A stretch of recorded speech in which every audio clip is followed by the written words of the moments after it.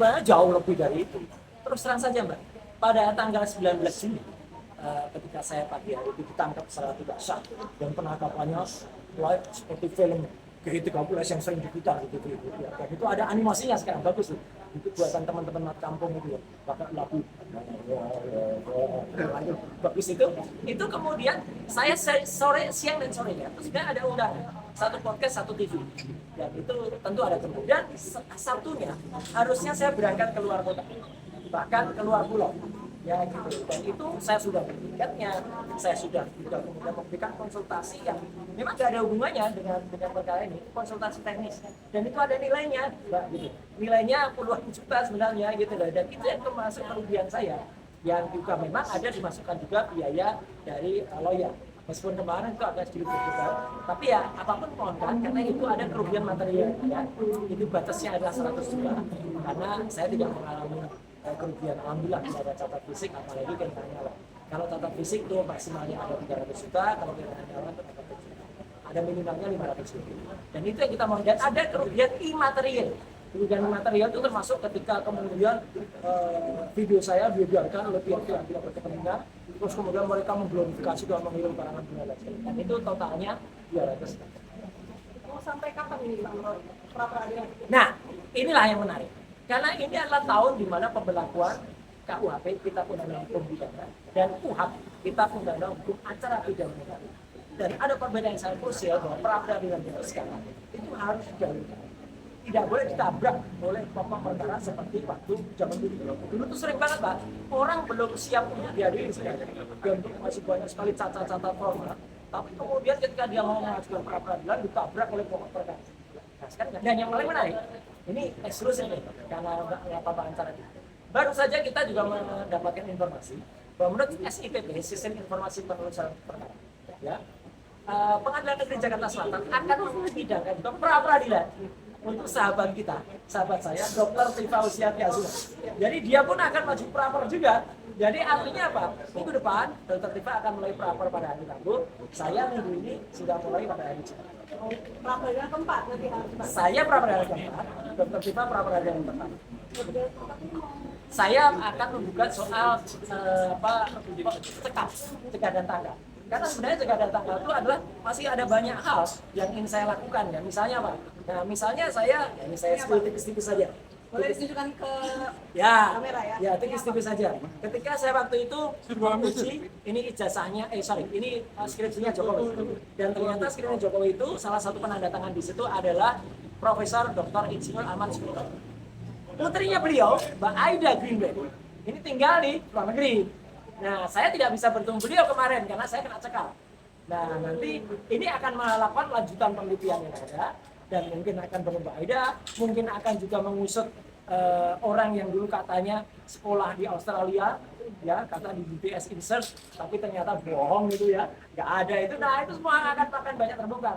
Kalau pencekalan saya, cegah dan tanggal saya sudah dicabut dan ada beberapa sprindik ya surat perintah pendidikan yang itu ternyata saling sengkarut itu tidak insya Allah nanti akan diputus juga nggak sih? Dokter, ini terkait keputusan KIP ini kan Ya. sudah membuka bahwa KIP betul-betul. KIP dulu. sudah Ya. menyetujui bahwa dokumen Harus itu dibuka. harus terbuka. Kemudian akhirnya keberatan oleh Universitas Jakarta. Ya. Melihat Gini, jadi kita harus berterima kasih dulu pada dua pihak. Yang pertama pada sahabat saya Dr. Gunatu yang melakukan terobosan ini dengan mempertanyakan KIP Komisi Informasi Pusat dan itu berdasarkan Undang-Undang KIP ya nomor 14 tahun 2008. Memang saya ikut menyusun juga. Dan kemudian diteruskan oleh kelompok namanya Bonjobi. Bongkar ijazah Jokowi, Bu Leoni Lydia, Pak Petrus Celestinus, kemudian Pak Lukas Suwarso, kemudian Pak Jimmy Mokoninsang dan lain sebagainya. Artinya apa? Artinya ini akan membuka semua tabu bahwa sebenarnya yang namanya ijazah Jokowi itu bukan hal yang patut disembunyikan atau dikecualikan. Apa yang saya lakukan, terutama dengan adanya saya menerusi apa yang dulu diperjuangkan oleh Bambang Tri dan Gus Dur, itu adalah untuk kepentingan publik. Dan makanya kalau saya kemudian dituntut dengan pencemaran fitnah, itu akan gugur kalau bisa dibuktikan bahwa saya melakukan untuk kepentingan publik dan inilah gunanya. Apalagi UGM ketika kemudian melakukan banding terhadap itu, dan UGM kalah.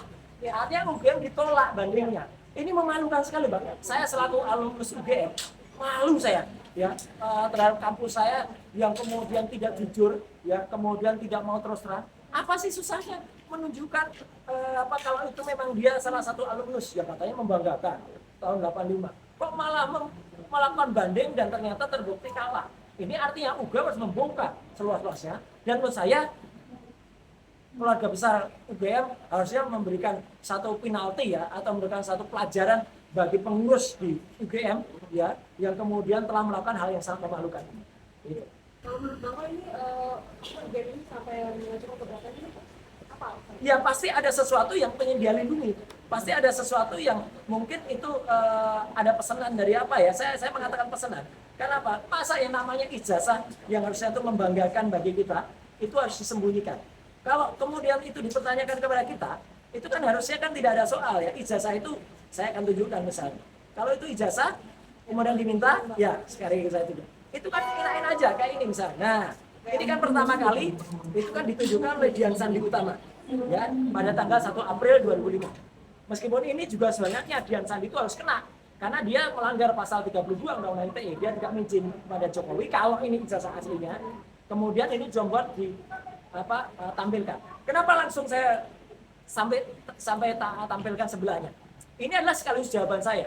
Ada orang-orang, oknum-oknum ya, termul-termul yang sekarang mempertanyakan, Profesor ijazahnya mana? Ini ijazah saya sekarang, ini ijazah asli dari ijazah dokter saya. S1.